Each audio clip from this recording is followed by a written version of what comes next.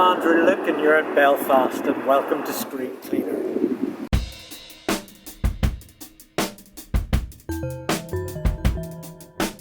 If you've problems with this accent, just pretend you're listening to Liam Neeson.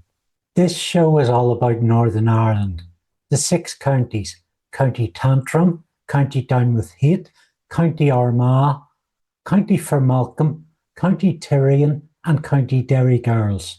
I have here 10 minutes of material about the 30-year war in Northern Ireland, but really for this show, I don't want to touch on it more than is necessary for context. I was born several years into Northern Ireland's conflict. Over 3,600 people died, more than half of them civilians, with a total of 50,000 casualties. That's 2.6% of today's population. By the 1990s, Northern Ireland was immersed in war fatigue. Cross-community organisations found empowerment when the Conservative Party government were trounced. Peace talks were chaired by US Special Envoy George J. Mitchell. But it was British Secretary of State for Northern Ireland, Mull Molan, whose activism, passion and charisma pushed those peace talks through. British and Irish premiers met with leaders of Sinn Féin. The DUP aggressively refused to be involved. Their electoral rivals, the Ulster Unionists, led by David Trimble, dedicated support.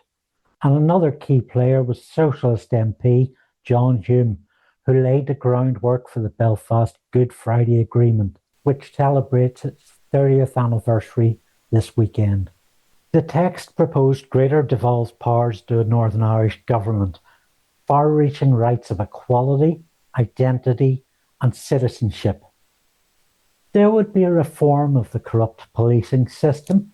The reconstituted police service of Northern Ireland is held up globally as one of the greatest examples of post-conflict policing.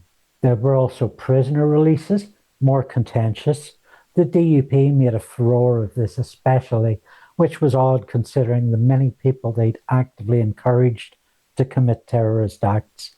Good news for Sinn Féin prisoners, many of whom were being waterboarded for dropping sweet wrappers. The agreement was signed on April 10th, 1998, and put out to the electorate soon after for national referendums, north and south. I've happy memories of my copy arriving through the door.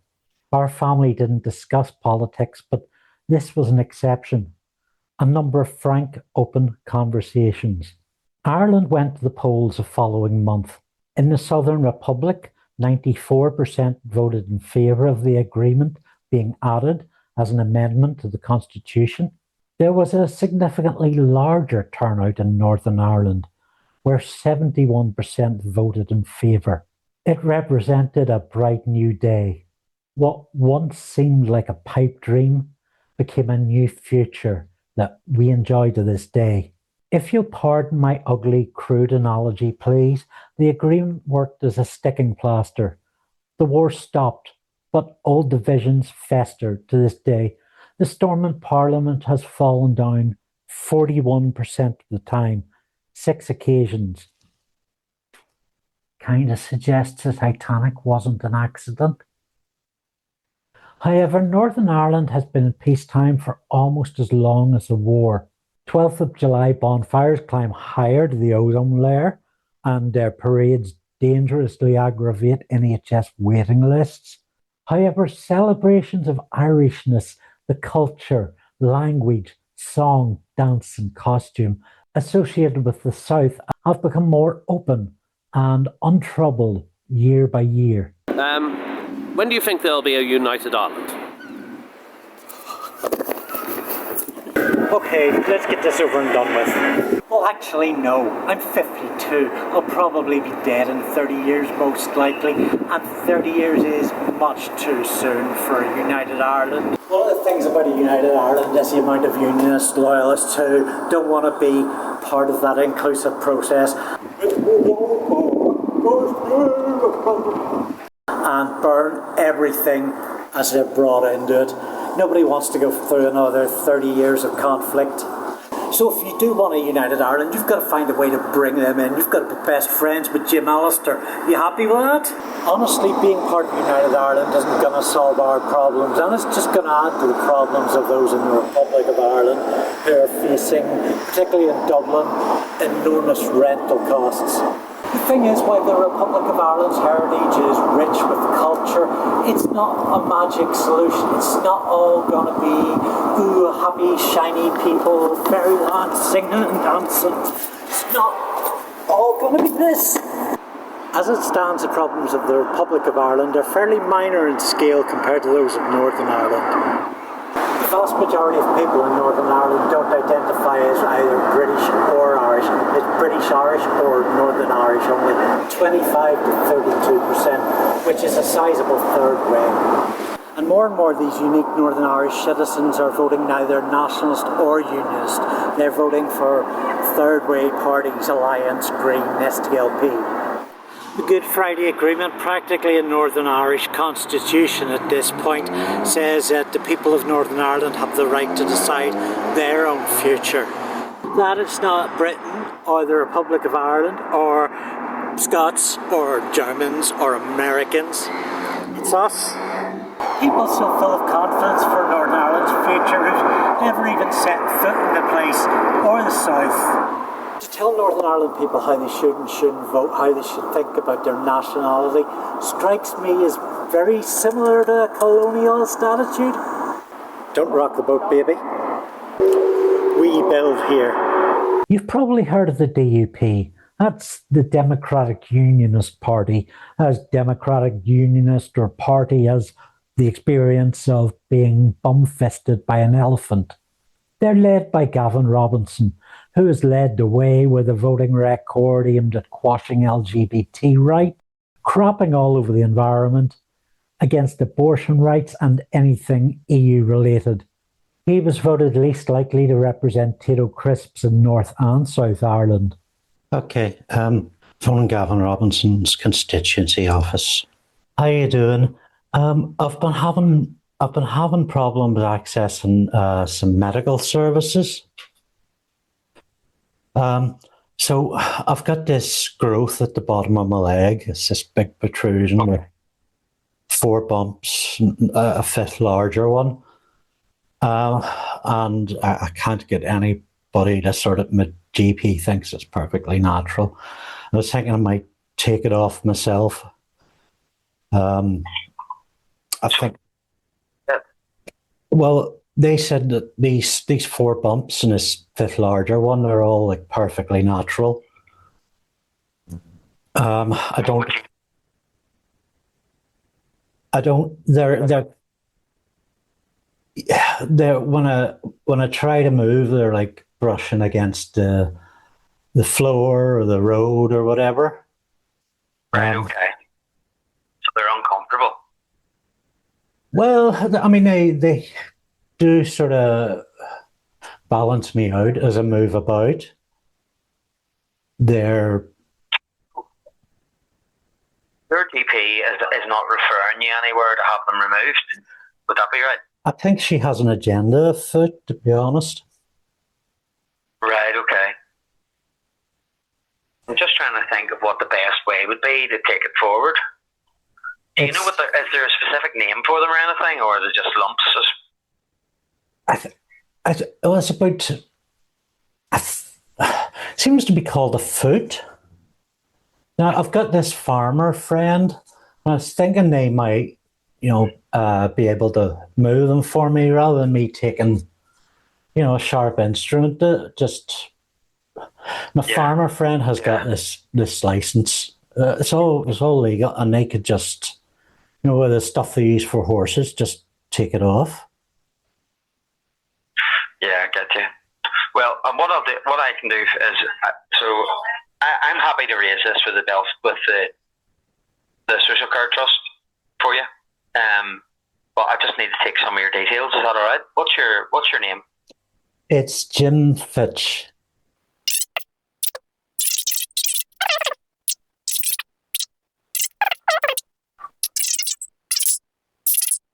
Jim, what's your full name? James, yeah? Jim.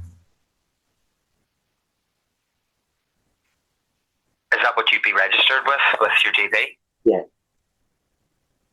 Yeah, okay. And what's your date of birth? 06/01/1975.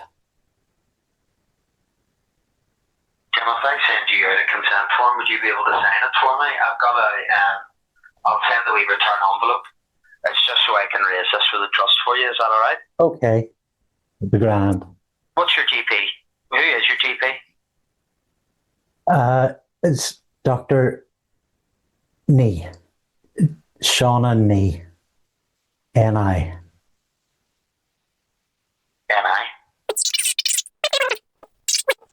Dead on, sir. Well, I'll send you this form out today, okay? Okay. Thanks very much. You alright? All right. Cheers. News round. Stephen Nolan is the BBC's 7th highest paid presenter, between 405 and 409,000 per year. The only BBC Northern Ireland presenter in the corporation's top 10. Stephen Nolan is kind of an upmarket Jeremy Kyle. Well, he is around here. You English prick.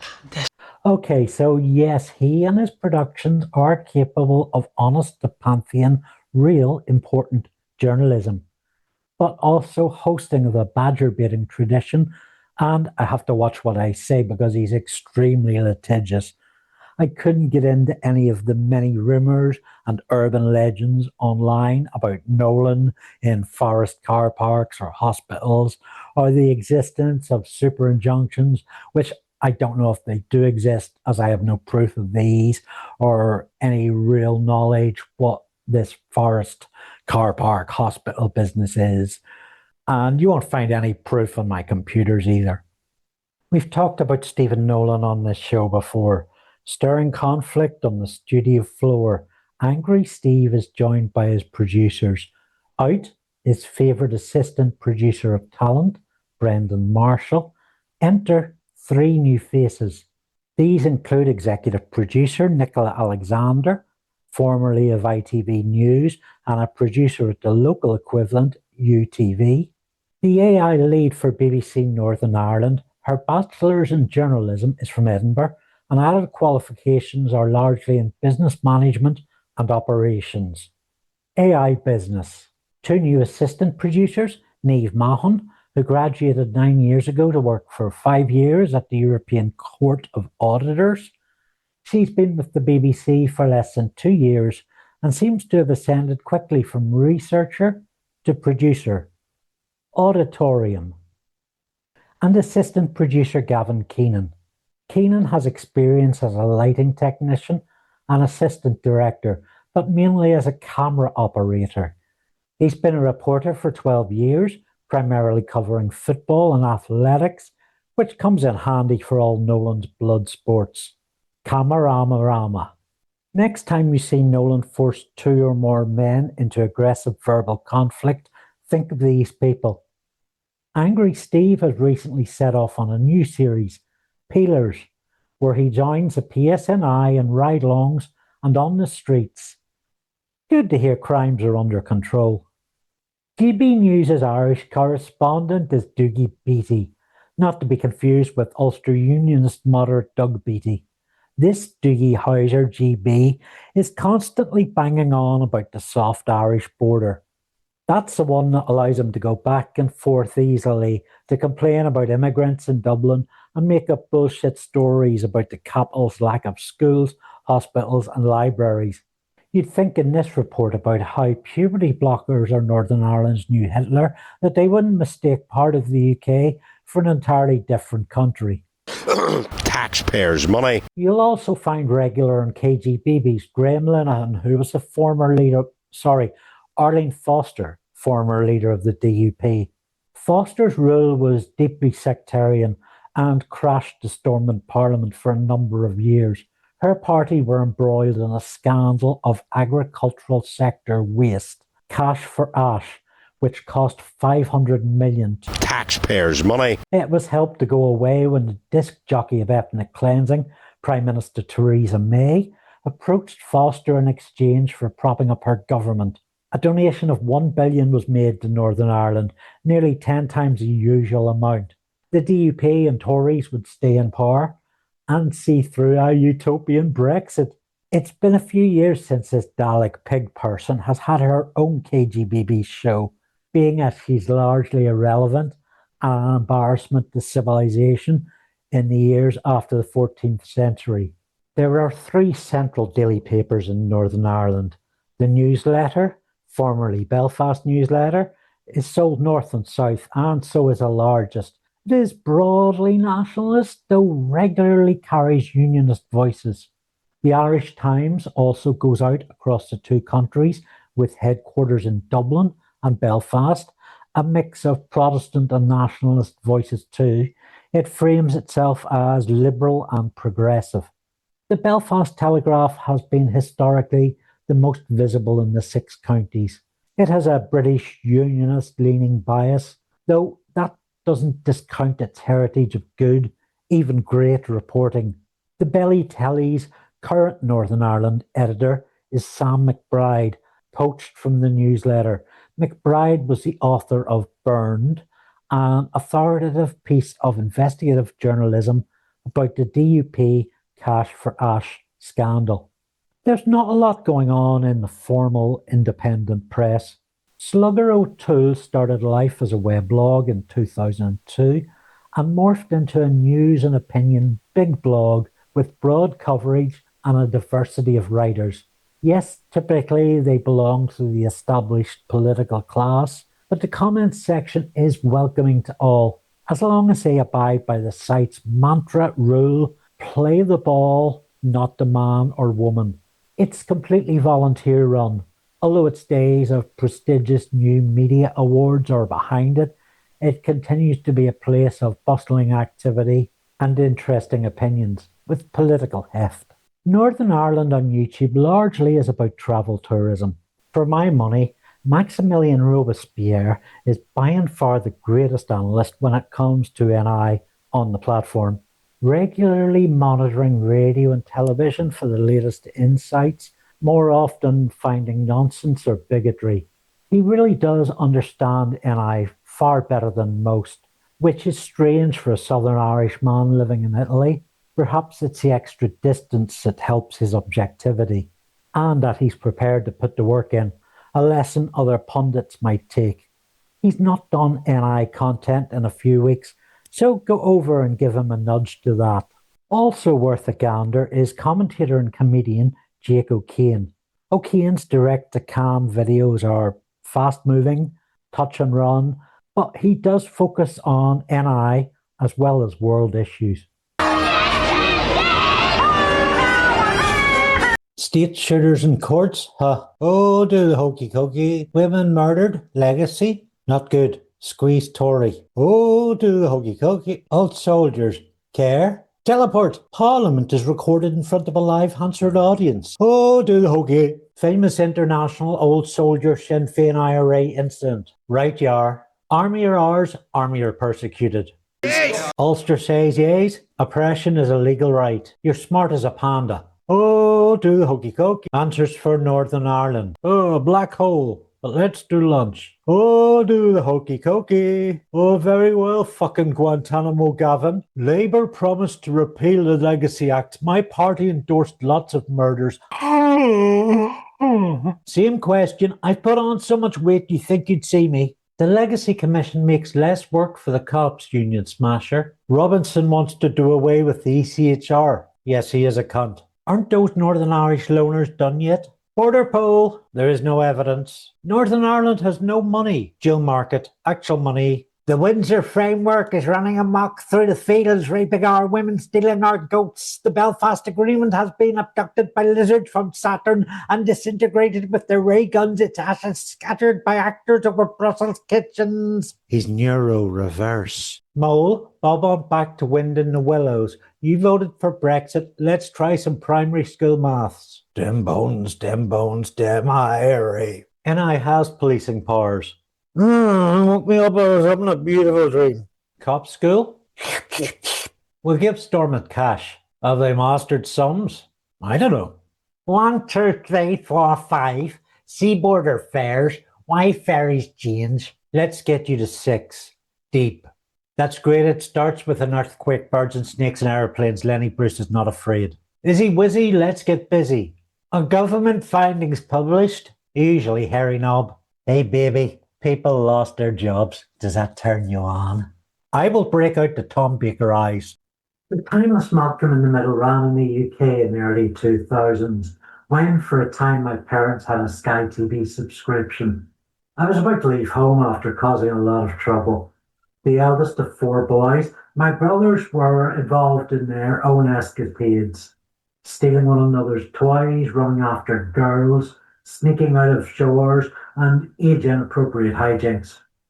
We lived in a middle-class area, bringing the neighbourhood ambience down with bike races and yelling and kicking and intruding in gardens. Our parents were working. Dad, when at home, always had a side project going, be it mountaineering, CB radio, a miniature car collection, house renovations, building a model railway, building a freaking motor caravan. He literally built a motor caravan. Mum was a lone voice of reason with the occasional flair of duty, hardcore, but was always juggling a dozen domestic squabbles and tasks. Her compassion kept us grounded. Mum lacked the aggressive streak of Lois, portrayed so teacherly by Jade Kazmarek. That is it! Get up! Get back! Come here! Go there! Okay, we are gonna take this picture and it is gonna be good. And that means no faces, no tongues, no crossed eyes, no bunny ears. We are gonna smile. We are gonna look good. It is gonna cost us $9.99, and all of this is gonna happen by the time I count to 3. Three. After myself, Graham was the oldest. Not a bully, but he often found himself in more trouble than anyone would know, with a carefree approach to life. When I left home, around the time of Malcolm's 3rd series, it left Gavin in the middle, a considerate, thoughtful brother, pig-headed, but in a respectable way. A rigid adherence to logic and logic's consistency, an internal rationality to some degrees at odds with the overwhelming absurdity of our lives. By that measure, he'd happily buy into our schemes of deception and function rivalry we had going on. And as the most intelligent of the 4 of us, he masterminded a fair few of those schemes. Stuart was the youngest, possessed of great creativity, be it drawing or making music. He's still a musician. All of us referred to him as the baby, which annoyed him incredibly. I'm not a baby. He liked to play on it though. The sympathy garnered let him come up trumps in our various territorial disputes. Once at the dinner table, he was trying out one of his metaphorical violin-playing opinions. Oh, I'm so hard, don't I? Don't call me that. I interjected. Shut up, Dewey. I could laugh. I didn't get sent to military school, though the Bolster or home for bad boys when threatened. I lived in some different places, with different jobs, staying for length in one role with a boss who treated me particularly kindly. And to reward that duty of care he showed, I worked hard to get done what he needed me to do. I am preparing to study film and TV production. The many years of childhood by television gave me a strong sense of visual storytelling. That's an element where Malcolm in the Middle excelled. The funny comic books, all the rage in the UK at the time, came to life on that show.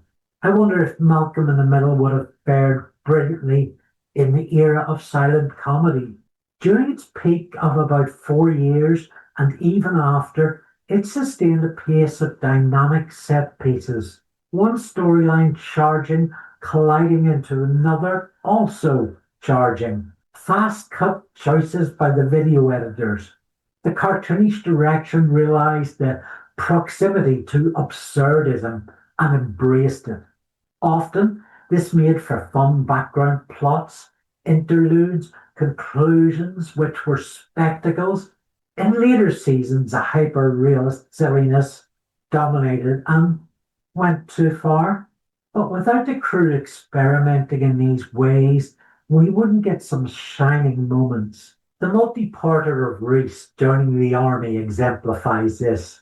Stranded in Afghanistan, Lois pursues dominating warlords along the way so she can find her son and give him a thick ear. And yet always in place in the show was the class struggle, striving to make ends meet versus the harassment and abuse of modern capitalism. Sometimes the family were united in the effort.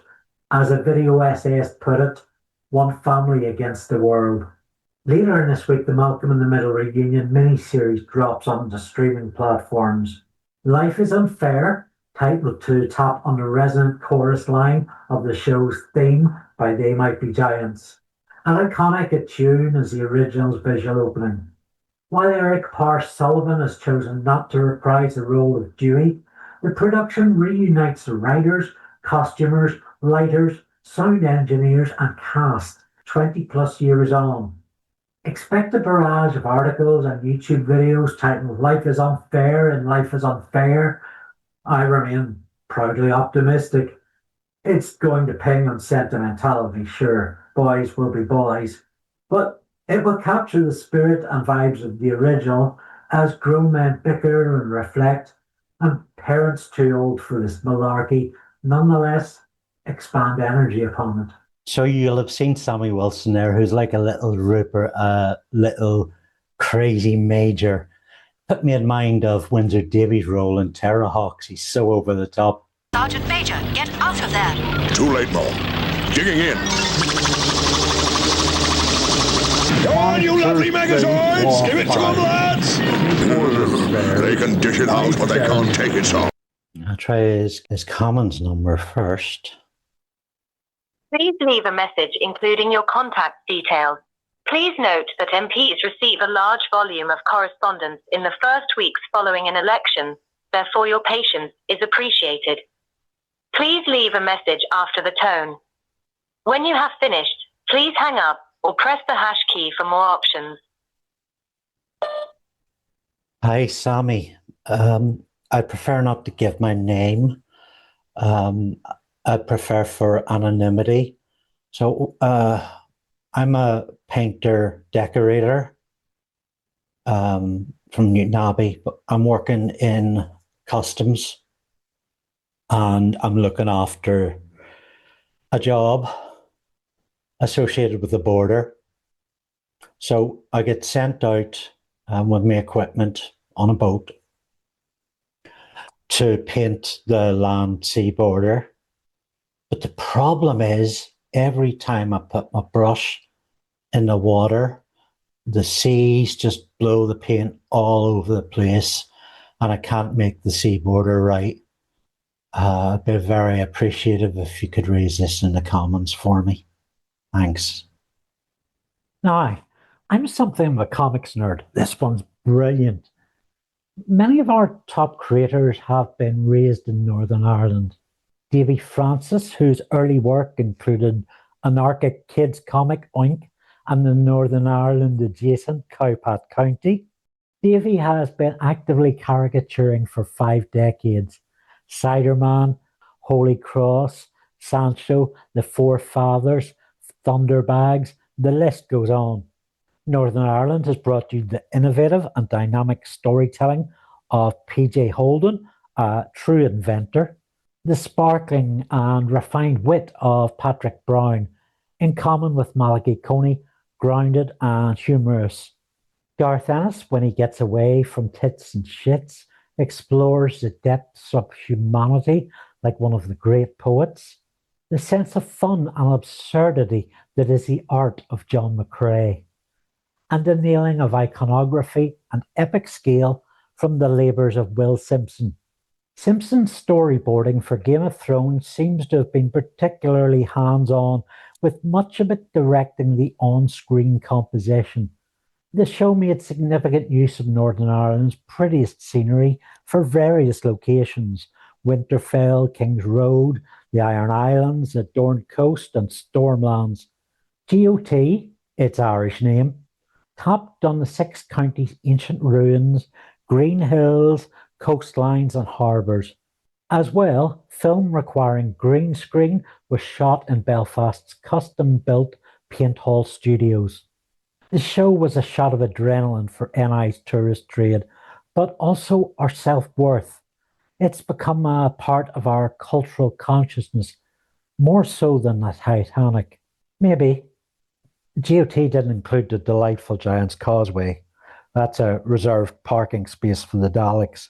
For decades, Northern Irish creators have been told by TV and film commissioners that they can't make stories set in the 6 counties unless they feature the war. This cultural story apartheid on broadcasting is got around to some extent by Derry Girls. The sitcom is a quintessentially authentic chronicling of coming of age in Northern Ireland against the backdrop of the war through to the Good Friday Agreement. It taps that vibe of the in-betweeners, teenage malarkey, for good measure. You English prick. But Derry Girls is loaded with substance. It's a steady blend of dark and cringe comedy, absurdism, sorrow, meditation, and hope. Like Game of Thrones, it's become embedded in the cultural consciousness, a true embodiment of the local, without all that made-up shit about dragons, ice zombies, blood demons, incest. Oh, hang on. That does sound like a meta-commentary on Northern Ireland. Fans of Derry Girls writer Lisa McGee might enjoy the output of Colin Bateman. His distinct voicing of all things NI has attracted readers since his 1995 debuts Divorcing Jack and Cycle of Violence. He's pulled in viewers since both books were adapted for the big screen in 1998. Bateman's stories are masculine crime comedy dramas. Notably, they feature protagonist reporter and alcoholic Dan Starkey, who has a knack for getting in over his head, meeting challenges with absurdist solutions. Grittier Dirk Gently, if you like. His TV work translated into the 5 series of Murphy's Law, featuring Jimmy Nesbitt. You may still be able to catch No Ordinary Heist in cinemas, which tells the story of NI's biggest bank robbery. And it'll not be long before it's followed by Killing Castro, directed by Ike Rivera and starring Al Pacino. For a shallower paddle in the pond of NI Lit, you might enjoy the Maggie Muff trilogy by Lisa Harker. Shallow is the word for the foul-mouthed middle-aged protagonist caught in a succession of silly social escapades. The Northern Irish indie film scene is small, but alive and well. The low-budget horror films of George Clark's Yellow Fever productions, winning awards for Battle of the Bone and Splash Arena. Frustratingly underappreciated Philip Henry, writer and director of action drama Dead Spot, the heartwarming short Star 13, and the raw honesty and humour in Crohn's, actually. Henry is also a musician. His second album, Jupiter, came out in 2024. He's written over a dozen books, some for kids, primarily for adults in the genres of horror and crime. I highly recommend Method, the tale of a serial killer working in the media industry. There's also Oscar-winning actor James Martin, who's featured in acclaimed disability narratives which are brilliant. An Irish Goodbye, Country Roads, Ups and Downs, which is a phenomenally fun road trip across the province. He also features in Lisa McGee's new series, How to Get to Heaven from Belfast, and writers Owen McClelland and PJ Hart aren't found too far away from James's work. Incidentally, PJ and I have a moderately successful monthly VOD and podcast about Terry Pratchett's Discworld, link in descript, of course. And I've written a few fiction novels about Northern Ireland myself. The Lost Tribes mocks the infatuation with Israel by certain members of the unionist community. And this beauty here, Occupied, a docu-comedy about activism, and honestly, the most underrated book on planet Earth.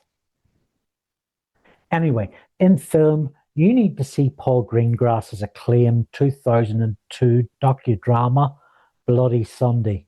And you probably should take in Good Vibrations from 2013, which is about Northern Ireland's music scene during the height of the conflict. It follows the story of Terry Hooley, one of its champions of music. Oh, and music. Too many to mention. The Undertones, Stiff Little Fingers, Rudy, Therapy, James Galway, Bicep, Tommy Sands, Watercress, Ash, Snow Patrol, Van Morrison and Them, The Divine Comedy, Barnbrack, Gary Moore, NASA Assassin, The Bonnevilles, Rebecca Fitch, Two Door Cinema Club, Joshua Burnside, Box Cutter, Duke Special, Alpha Twin, Sky Pilots, Paul Brady, General Fiasco. For starters, that's a hell of a lot of culture, and I wager there's something of an acceleration happening. In the past 2 months, Belfast has been at the centre of internet memes of some virility. In February, there was the K-pop Demon Hunters tribute affair at our largest venue, the SSE Arena. K-pop is Korean pop. K-pop Demon Hunters is a Netflix animated series about a girl group who fight a boy group that are demons. Tickets to the tribute were about £60 a pop. Parents dragged their kiddies in the masses and dragged them out again, dragged them onto the internet and screamed about a scam, a manipulative, immoral swindle.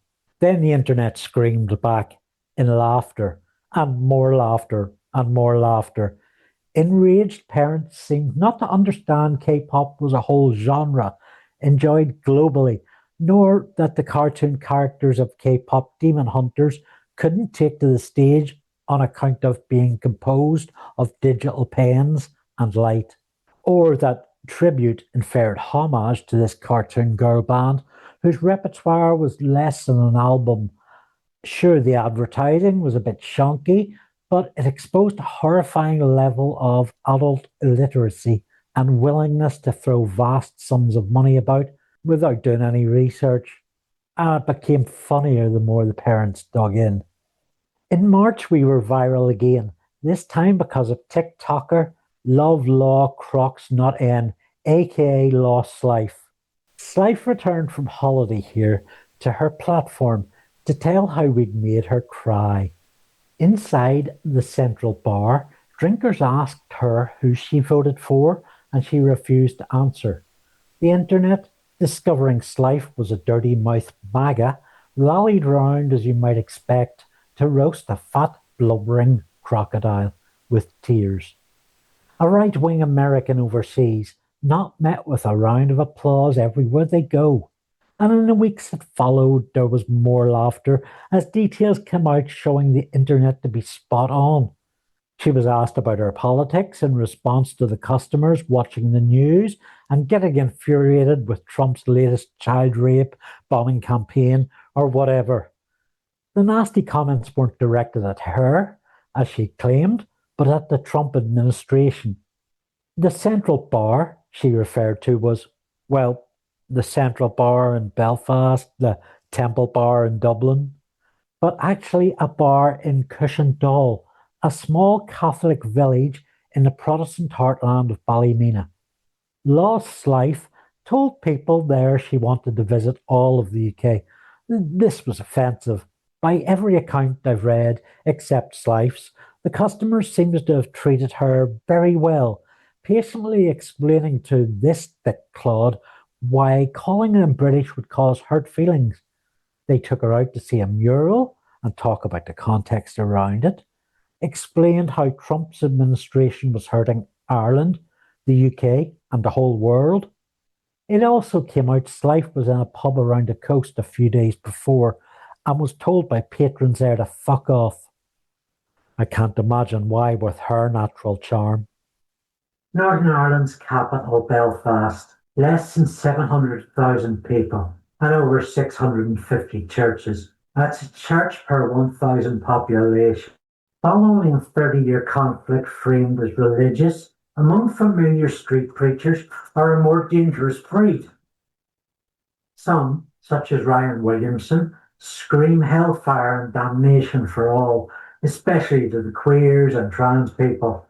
How the LGBT and pro-choice communities are interfering in our elections, diddling our kids, in Ryan's case literally raping them, as well as turning the frogs gay and the rainbow mange.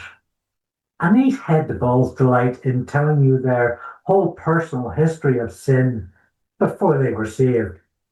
This is often an opulence of crack rock, 3 a.m. raves, and a harem of loose women and young boys cavorting around tractors for the camera.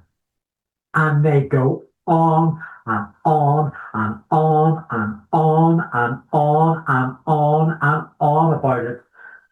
It's a good thing that sin's cleared. Wax on, wax off. Ryan and his ill ilk are regularly countered by Brian, who styles himself as the militant homosexual evangelist. With pride flags and friends and friendly words for everyone, he's nevertheless been spat upon, threatened, including death threats, and assaulted by so-called men of God. Oh, dickhead! Wow, such an insult. Dickhead, you're an Such an insult. An invitation to lift your horn, I kill you. Go ahead. Go ahead, death threats. Go ahead. Lift your horn. Go ahead. Lift your horn. Why should I? Lift your horn now, bury ye. Failed and dismissed parliamentary candidate Colin Houston shot to notoriety in 2014, appearing in the audience of The Nolan Show. A wee tantrum of Muslim phobia, Christian persecution paranoia, and an anti-Scots insult in case any of you doubted the guy was a prick. Whole audience. One second. Whole audience. 1 second. Set you up need to. for the hate Christians. Right. And I'm telling you now, the Christians are starting to stand up. We're not having it no more. Right, okay. It's as simple as Colin had been terrorising LGBTQ colleagues in the airport where he worked as a porter.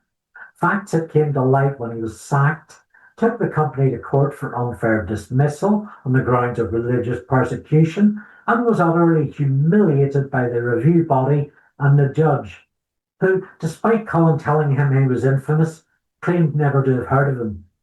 Houston has claimed the fire which destroyed a beloved department store was God's punishment for LGBT allyship. For 5 years, Houston was my next door neighbour, shouting in the halls and slamming doors, us some more serious racial abuse with some other neighbours, about 4 or 5, trying to run me over with his car twice, serious physical threats. Police advised me to register charges of assault and harassment. Unfortunately, the Crown Prosecution Service had neither the time or energy to pursue this. I archived my police report at trumpetersvoice.com. Colin's brand, so keeping that real. Call it witnessing. The pattern I endured repeated itself last summer when Houston body slammed a man of colour in Belfast city centre. The Belfast Telegraph states the man was an immigrant, though he's lived in the city for 25 years. The court report says Houston put his arm around the injured party's neck, threw him to the ground, and then held him there with the help of 2 other men. The case spent 9 months going back and forward. Houston was represented by former Attorney General John Larkin KC, pictured here with Poundland Politico and Wheelie Bin Rector Jamie Bryson. Larkin represents whoever champions his political values of reducing legal rights to gays and forcibly pulling an unborn child out of any pregnant woman who has a moment of doubt. Houston was sentenced to 5 months in prison, suspended for 3 years, which he's appealing for the zillionth time. Gary and Colin, they're just thugs, born out of the hateful environment of the Northern Ireland conflict. Now that's ended, they have a diminished peer group endorsing this behaviour. And of course, they're vulnerable to any tinfoil hat-wearing Loch Ness monster that took down the Twin Towers and ran with them into the Bermuda Triangle. Bullshit. Belfast City Council considered introducing a bylaw for a permit for applied performances in the city centre. In their survey, they found street preachers were majorly Protestant or Catholic, two groups which historically dominated the conversation. The most interesting part of the report is how noise levels affect those with disabilities, people with auditory sensitivity, and the visually impaired. This doesn't delve into a greater range of mental health problems that Northern Ireland has as one of the world's highest rated levels of PTSD. Freedom of expression is all well and good, but in this interconnected society, one person's freedom of expression usually means the suppression of another's. Policing information is transparent and clear. The right to preach and proselytise in public is not an absolute right and can be limited by, for example, the need to uphold the rights of others, protect public health and safety, something MAGA Mike here fails to understand. The bylaw proposals were passed by Belfast City Council at the end of February and placed restrictions on street preachers and buskers.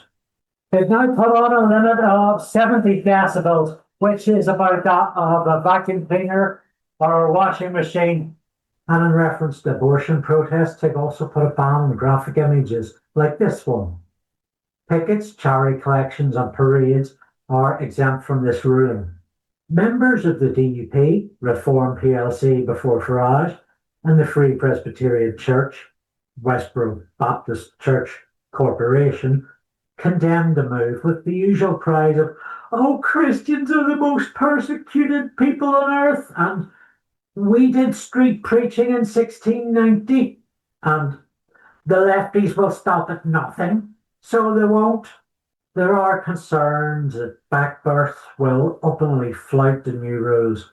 Gary, Colin and their associates strongly give that impression through their past action. It's important to remember that these aren't people of God. Whether you believe in Big Cloud Face or not, that title gives them legitimacy. Preacher. No, there are thugs, abusers, plain and simple.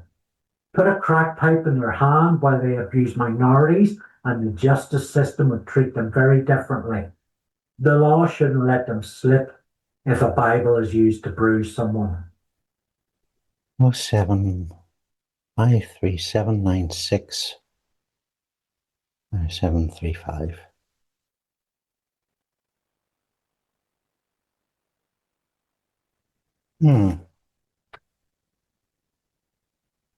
Right.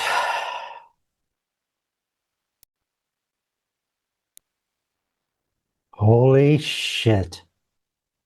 And just an update on that story. Colin Houston's appeal went to court this week. And while I was unable to sit in the hearing, it's unlikely to have been successful.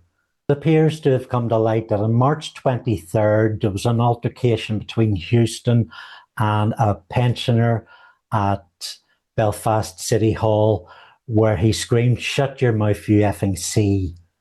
He then wandered into the Deputy Lord Mayor, Paul Doherty, and yelled at him, "It's your effing fault things are happening in Belfast. You and the rest of them, you'll get your comeuppance, you effing C," which made the Deputy Lord Mayor retreat into his chambers. He also assaulted other members of the City Council, calling them C's, D-heads, SDLP sodomites. You wouldn't be doing this to Muslims, you wouldn't be doing this to Hare Krishna, but you do it to a Christian. This, along with the disclosure to courts that his address is Forth River Way and not Upper Newton Arch Road, which I'd previously explained to the judge overseeing an earlier part of the case, that there may have been a fraudulent address given.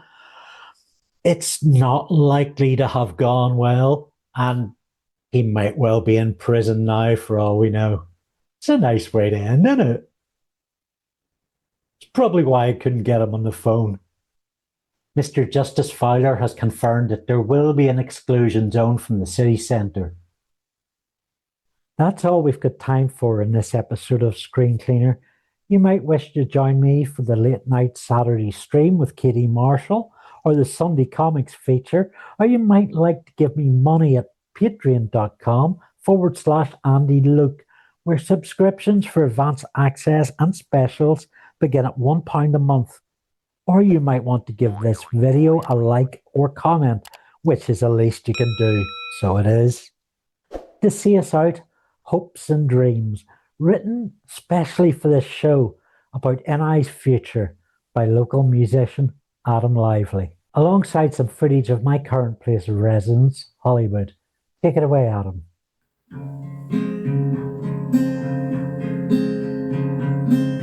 I heard the word written down, calcified by repetition renowned. But it is an opaque fountain climbing up a candy mountain. Oh, but you can hope and dream, holding on to heritage scenes. Oh, but you can hope and dream, holding on to heritage scenes. Maybe you are the selected, derailed by your introspective, hoping that, oh, this new range, pain becomes something strange. Oh, but you can hope and dream,